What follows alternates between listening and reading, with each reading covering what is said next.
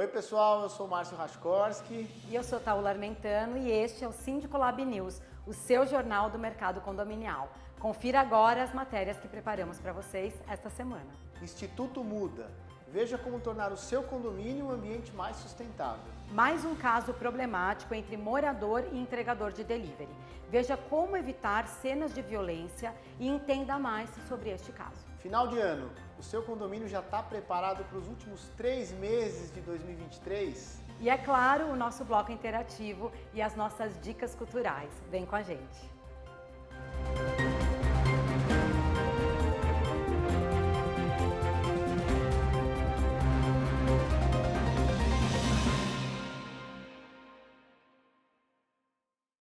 Os cuidados com o lixo deveriam ser uma preocupação de todos. Afinal, não adianta o condomínio contar com um monte de certificações se os moradores não fazem a sua parte. E aqui em São Paulo, a quantidade de lixo é gigantesca, né? E sobretudo produzida pelos condomínios. E uma alternativa para os empreendimentos que buscam um serviço sério para fazer a gestão desses resíduos são empresas especializadas como o Instituto Muda.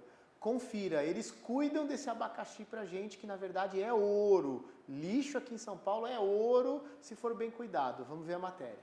Olá, pessoal do Síndico Lab, tudo bem? Hoje a gente está aqui com a Roseli Ruibal. Ela é head comercial do Instituto Muda, né? Instituto Muda aí que faz esse processo de coleta seletiva em mais de 700 condomínios aqui em São Paulo, né, Roseli?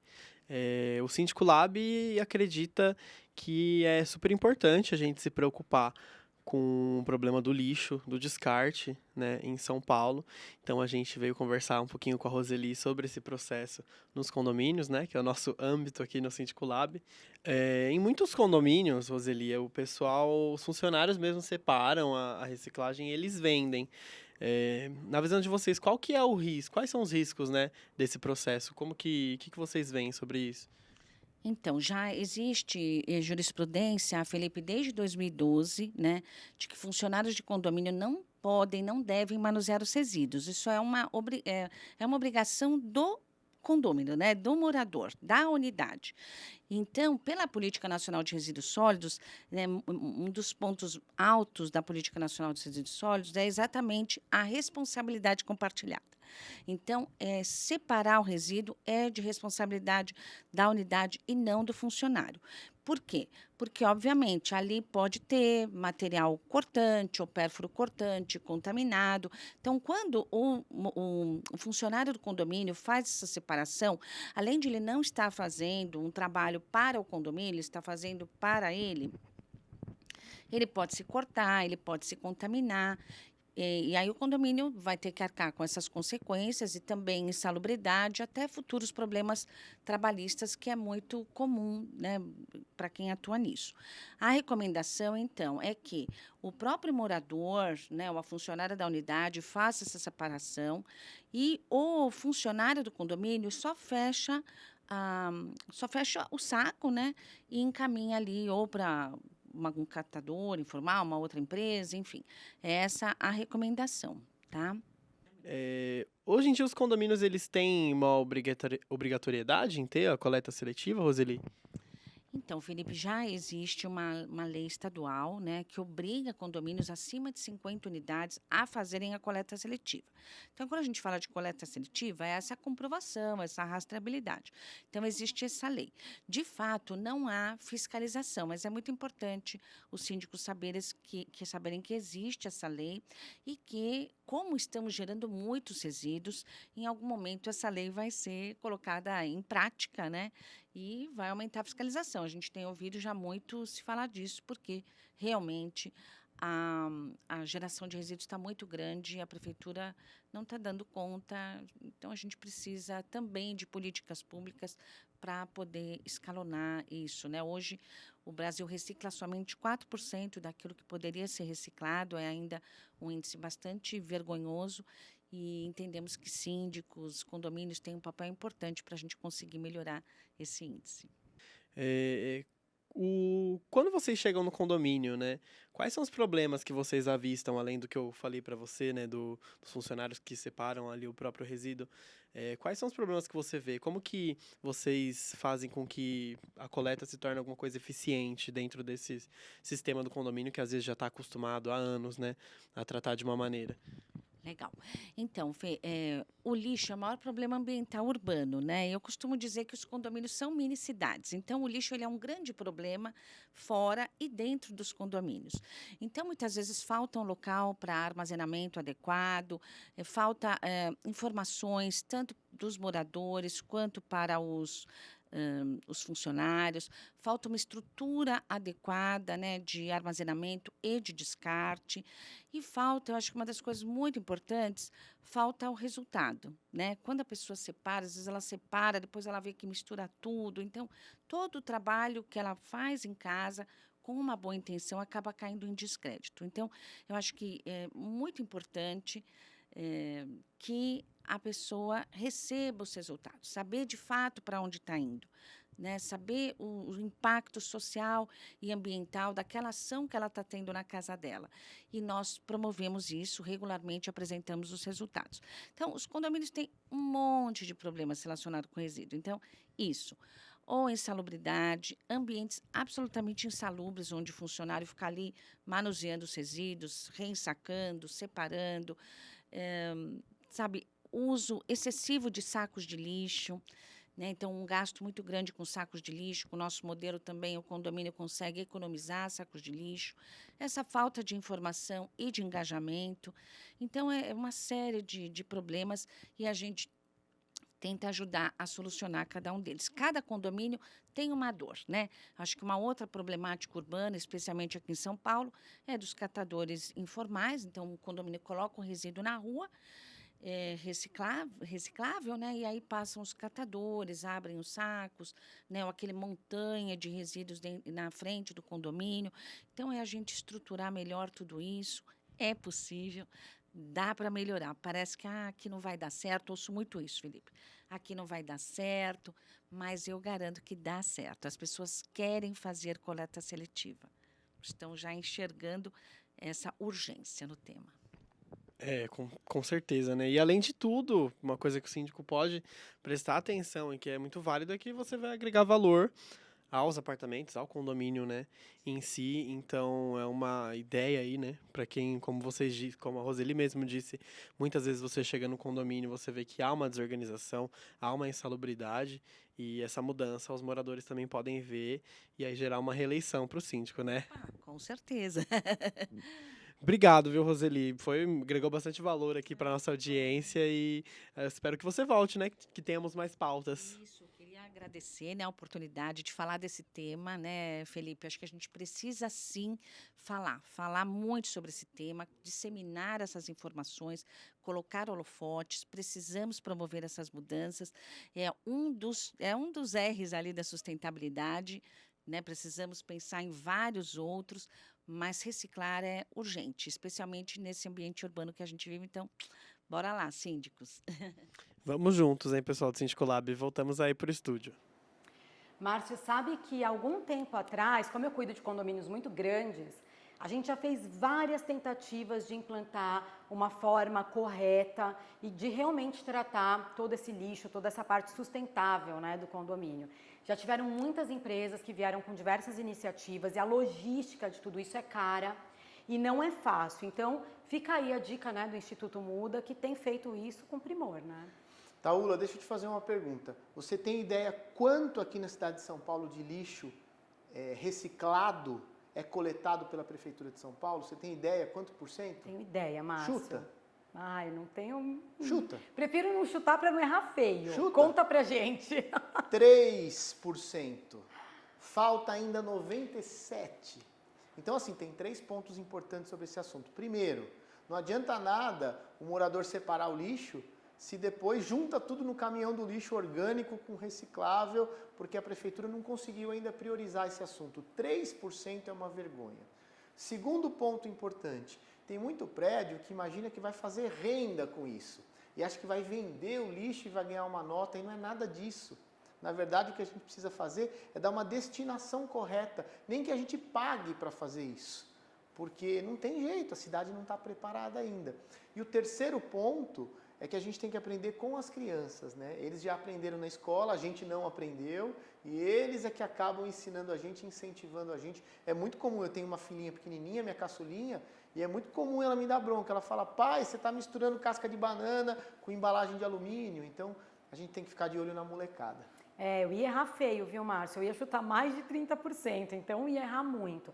Mas a verdade é que já existiu muita iniciativa por diversos tipos de empresas, colaboradores, e é difícil acertar, né, Márcio? Cuidar dessa parte do lixo reciclado ou reciclável não é tarefa fácil. Eu posso dizer que a gente coleta muito lixo nos condomínios. Eu já tive várias iniciativas diferentes.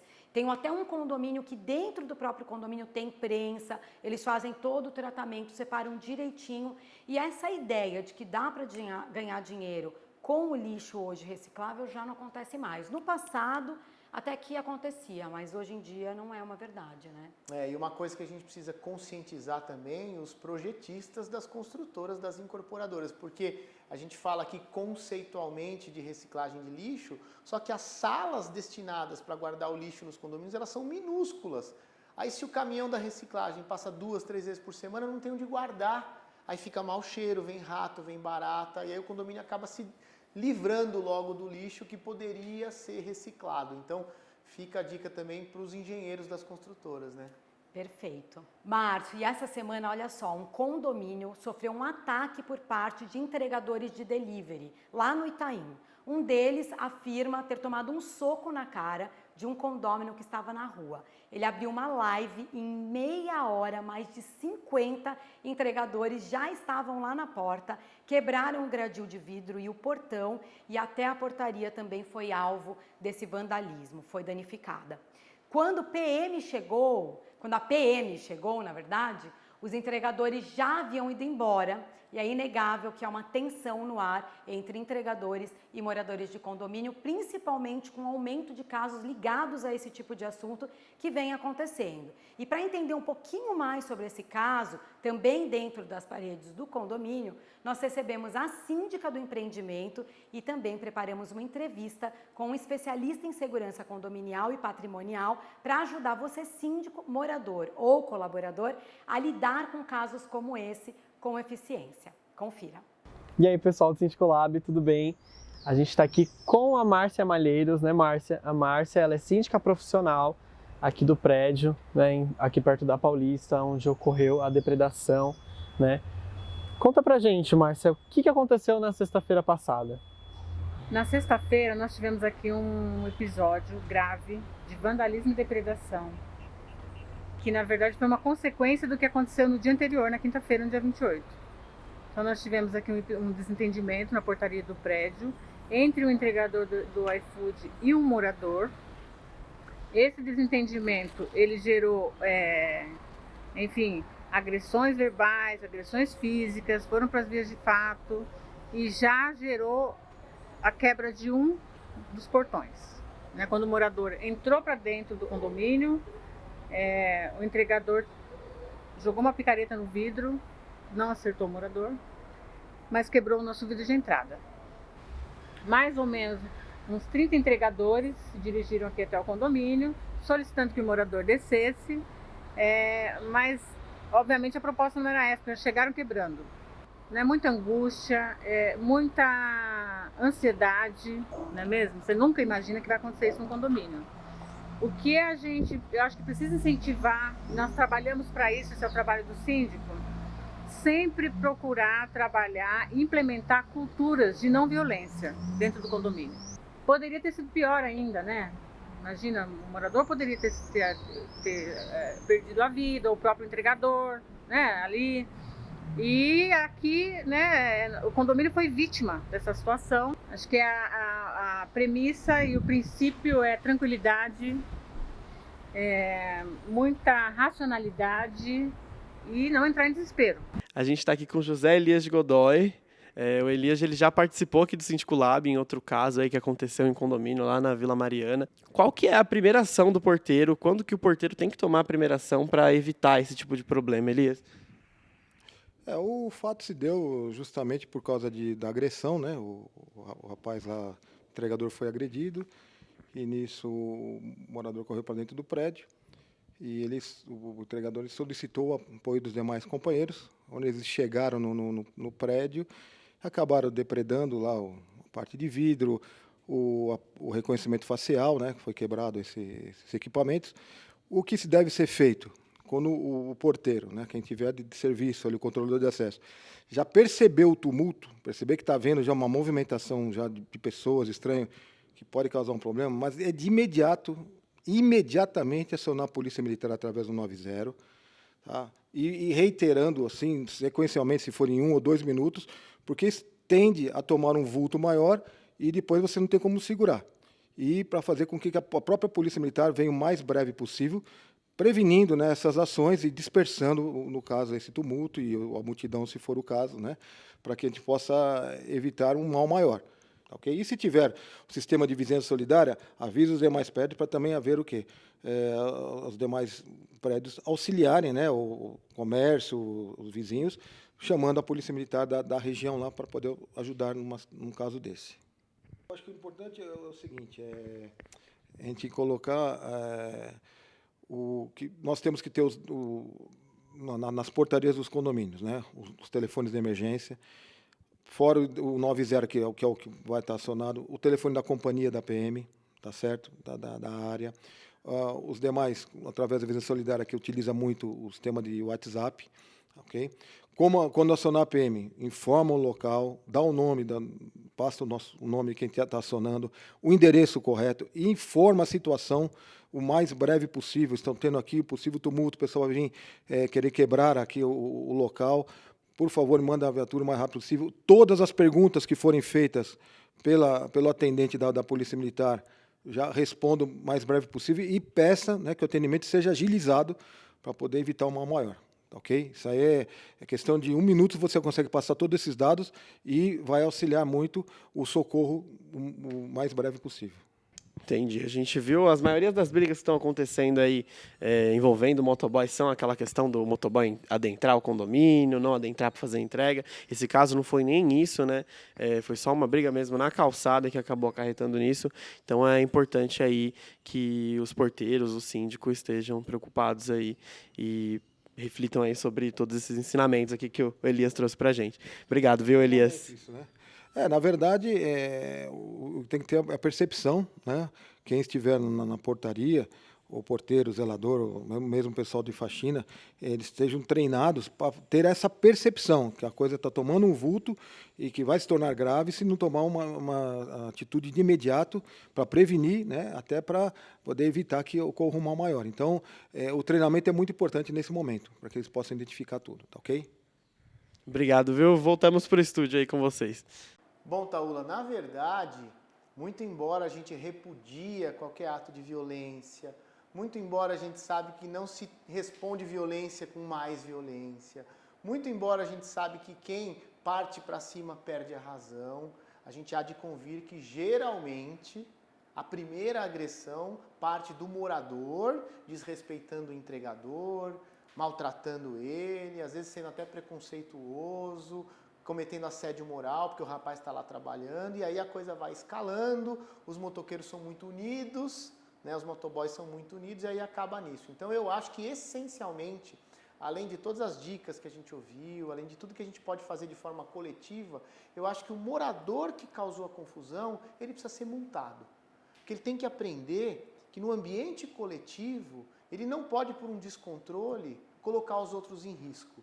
Então, eu acho que, além de tudo que a gente ouviu aqui, cabe uma multa para esse morador. Ele precisa pedagogicamente aprender que ele não pode fazer tudo o que ele quiser no lugar que ele mora, porque tem outras pessoas que estão lá para ser protegidas.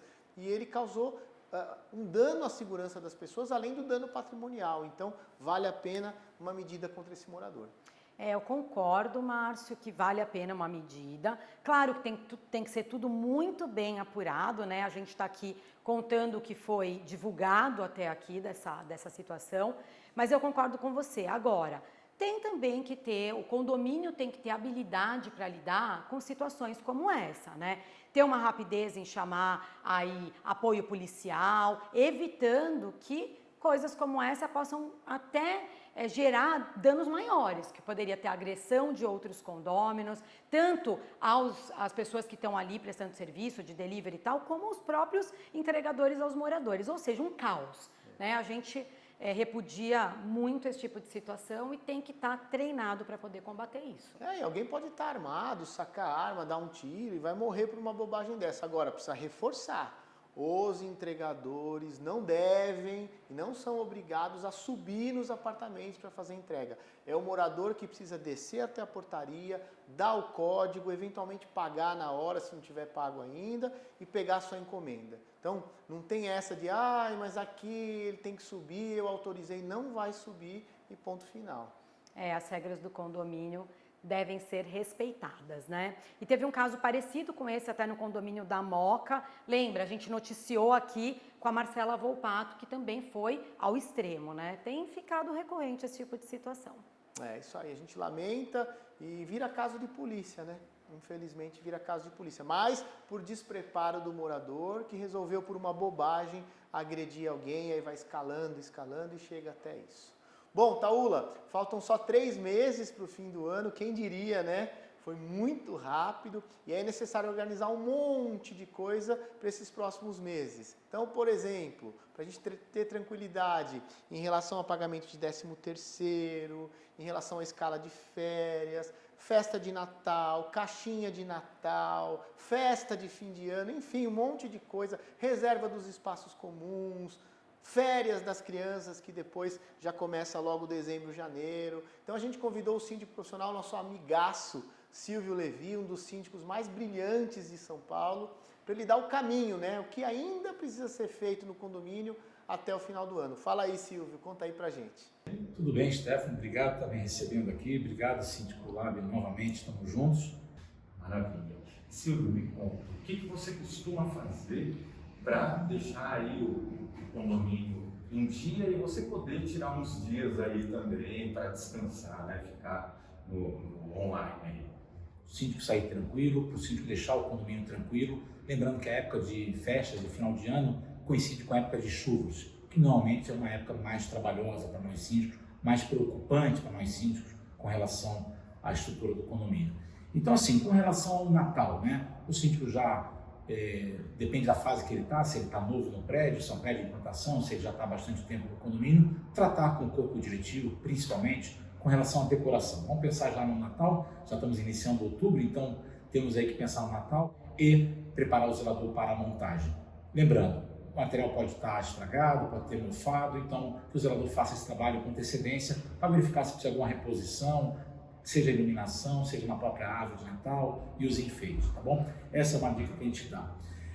Ainda com relação ao Natal, tem que verificar o que diz o regimento interno do condomínio sobre reserva de espaço, né? Os espaços, por exemplo, salão gourmet, salão de festas, normalmente tem um critério para que as pessoas se candidatem ao uso do espaço para as datas magnas, então que o síndico se providencie, se antecipe e providencie um comunicado lembrando a todos, dando prazo para se candidatar ao sorteio do uso dos espaços nas datas principais.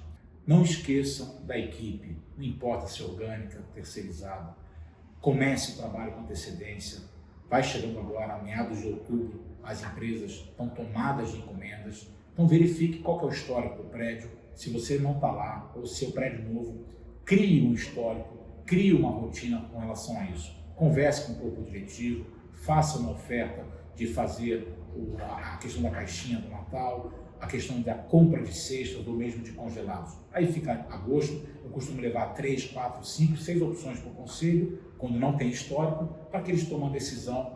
E eu sempre incentivo, tá? Eu lembro que aquilo representa X por apartamento, mas que para o colaborador representa muito. Ele espera o ano inteiro, talvez para aquele momento. Faz toda a diferença o colaborador chegar em casa com uma bela cesta, com um belo envelope, com uma caixinha de Natal. tá? Não esqueçam disso. Os horários, o regimento interno, os horários do uso do salão, falando da reserva, os horários do uso do salão, é importante você verificar como é que está isso. Normalmente há certos abusos em relação ao regimento interno, mas que são plausíveis na noite de Natal, na noite do Ano Novo. Então, assim, tem que ter um pouco de jogo de cintura, conversar com quem for sorteado, com quem reservar o espaço, para que também não haja muito abuso, né? Para que você não crie problemas para as demais famílias que estiverem habitando o prédio naquela ocasião de festa. Lembrar da lista de convidados. Bom, agora vamos falar na época de chuvas, né? Todo o sistema de calhas, rufos, ralos, grelhas. Estamos começando a época de chuvas, isso tem que estar na rotina do zelador, tem que estar na rotina do síndico, cobrar o zelador, para que tudo isso, e não esquecer as áreas lá em cima de barrilhete, as áreas técnicas lá em cima, que às vezes fica esquecida por nós ou pelo zelador. Tem que estar na rotina dele, a partir de agora, fiscalizar, verificar se as grelhas, ralos, calhas, rufos estão tudo desobstruído. Se não tiver, providenciar, tá? Uma limpeza, uma desobstrução, para que agora, com as fortes chuvas, não aconteça cenas lamentáveis que a gente já viu acontecer. Obrigado, Silvio, sempre dando um show aqui. Muito obrigado mesmo. E é com vocês aí do estúdio. Bom, Márcio, o Silvio dá um show, né? Ele cuida de um tipo de condomínios mais rebuscados, elitizados, mas conhece muito e veio com boas dicas, né? Eu também sempre digo que começou outubro, já é o momento de deixar tudo preparado. Quem acaba deixando para cima da hora, acaba não conseguindo ou pagando caro até para fazer as decorações de condomínio, que a gente também já noticiou aqui, já demos até dica de empresa terceiras aí que fazem decoração de Natal. Deixar o condomínio em ordem vai deixar o síndico mais tranquilo também para o final de ano. Para mim, a parte mais importante do fim de ano é o reconhecimento, a valorização para os funcionários. Pessoal da portaria, pessoal da limpeza, eles que cuidam da gente o ano inteiro. Então é vez da gente ser muito generosos com eles. O que eu faço no final do ano nos prédios que eu cuido? Eu dou uma boa caixinha de Natal, uma ótima caixinha de Natal, faço uma lista para os moradores, para todo mundo colocar lá um dinheirinho e assinar, para no final a gente contar e dividir entre eles. Não dou cesta de Natal, aquela cesta de Natal que vem um monte de coisa que ninguém usa, vem um torrone, uma lata de azeitona, uma lata de milho e um macarrão, não serve para nada. Eu prefiro transformar essa cesta de Natal em dinheiro, porque eles aproveitam do jeito que eles quiserem, ou então eu compro aqueles kits frios de Natal, que vem peru, vem tender, aí sim ele vai talvez aproveitar na ceia, mas eu prefiro dar em dinheiro para que ele use com a família da forma que quiser. E eu valorizo muito essa turma. E assim, de forma saudável, mas nem tanto, eu deixo uma concorrência entre os moradores. Eu deixo ali aberto quem deu, quanto deu, justamente não para criar uma situação de um inconveniente ou uma disputa real entre os moradores, mas para incentivar que os moradores olhem lá e falem, nossa, o cara do 21 deu 200, vou dar 250. Aí o outro olha e fala, nossa, ele deu 250, vou dar 300. E aí no final a gente só está fazendo bem para as pessoas que cuidaram da gente o ano inteiro. O resto é coisa administrativa, é 13º, é preparar as áreas comuns, né, para as férias, mas o que me importa mesmo é chegar junto com os funcionários. Sabe, Márcio, que nos meus condomínios é muito comum moradores fazerem essa parte de reunir as torres e cada representante pegar as doações, né, os presentes natalinos, as gratificações, e eles ganham muita coisa. O condomínio também dá cesta, o condomínio também, muitas vezes, a gente até já adotou aquele cartão presente, que ele mesmo pode ir no mercado, escolher o que ele quer comprar, se ele quer gastar em comida, se ele quer investir em outra coisa. Então, gente, é super importante isso que você falou. É um momento de a gente realmente fazer esse carinho com quem cuida tão bem da gente o ano inteiro, né? É isso aí. Bom, e chegou o momento de responder as perguntas da nossa audiência. E a nossa primeira pergunta é da Célia Braga. Ela pergunta o que fazer quando uma unidade é vendida e o antigo proprietário não passa o contato do comprador para o condomínio. Ela explica também que o antigo proprietário continua alugando a unidade. E aí, Márcio? É caso atípico, não acontece muito mesmo porque o comprador vai lá se apresentar. Oi, tudo bem, condomínio? Eu sou o Zé, comprei o apartamento 21, está aqui o meu contrato, quero fazer o meu cadastro. Agora, se o apartamento foi vendido e tem alguém na posse, alugado para um terceiro, por exemplo, ou emprestado para um terceiro, aí essa relação é de vendedor e comprador, o condomínio não tem nada a ver. Aí quem comprou a unidade é que vai tomar providências para despejar ou para fazer reintegração de posse, mas não é uma situação muito típica. O caminho é sempre exigir que seja numa locação, seja numa compra e venda, numa doação, sempre tenha o respectivo documento para a gente até poder cadastrar direitinho no sistema quem é o proprietário, quem é o inquilino, quem é o ocupante. Eu acho que aí a gente minimiza bastante qualquer risco. A gente, Márcio, normalmente nos meus condomínios eu atuo da seguinte forma: ainda que o proprietário apresente a matrícula ou o contrato de compra e venda regularmente registrado, a gente sempre entra em contato com o novo morador, porque ele tem que fazer o cadastro, a gente tem que mandar a cartilha de boas-vindas, explicar as regras do condomínio. Eu faço questão de receber os novos moradores, então assim, não é comum, e se continua alugando, como ela menciona ali na pergunta, isso é um problema entre o proprietário, né, o antigo proprietário e o novo. O condomínio, por vezes, ainda nem tomou conhecimento se não foi apresentado nenhuma documentação. Então, o condomínio não pode se envolver até que seja apresentada a matrícula, o contrato, ou se tem uma denúncia, aí sim o condomínio pode, junto com o jurídico, solicitar uma matrícula e tentar entender o que está acontecendo, né, Márcio? É isso, é a mesma coisa, fazendo uma analogia, quando um casal mora junto no apartamento e eles brigam, e aí, por exemplo, o marido vai embora. Aí a mulher avisa, se ele voltar não é para deixar entrar, mas não tem ordem judicial, ele é proprietário também, em tese ele mora lá, como assim eu vou proibir?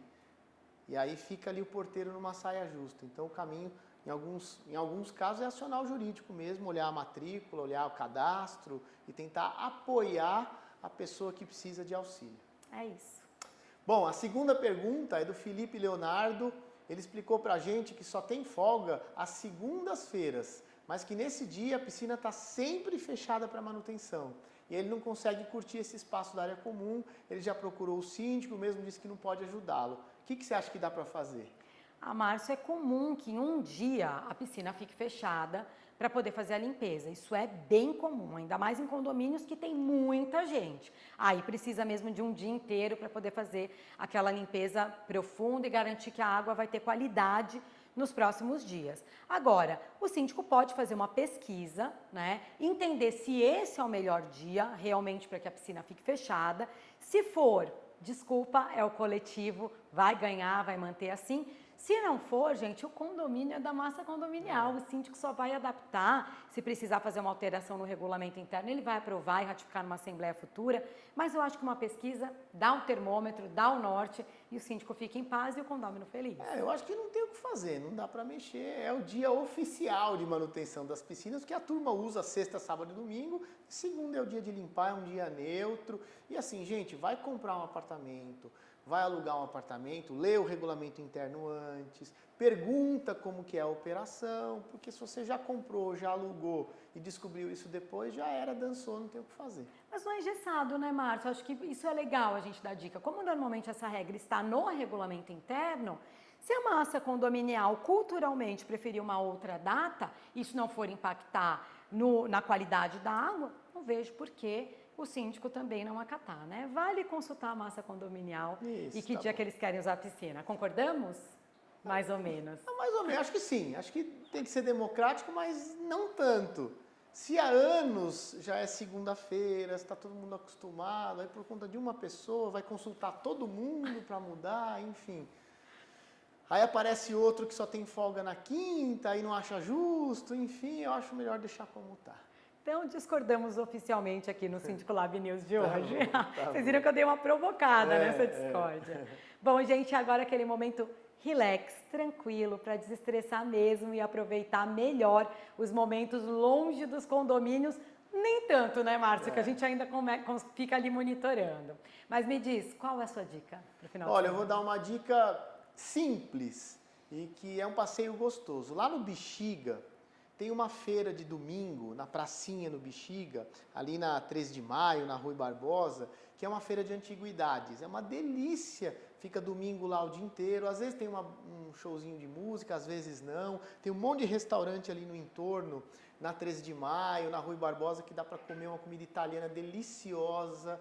E a feirinha, gente, é um encanto. Tem um monte de tranqueira, mas tem um monte de coisa linda, um monte de atividade. Dá para comprar um enfeitinho para sua casa, um mimo. É uma delícia. Eu vou lá direto. A feirinha do Bexiga aos domingos. Que legal, uma excelente dica.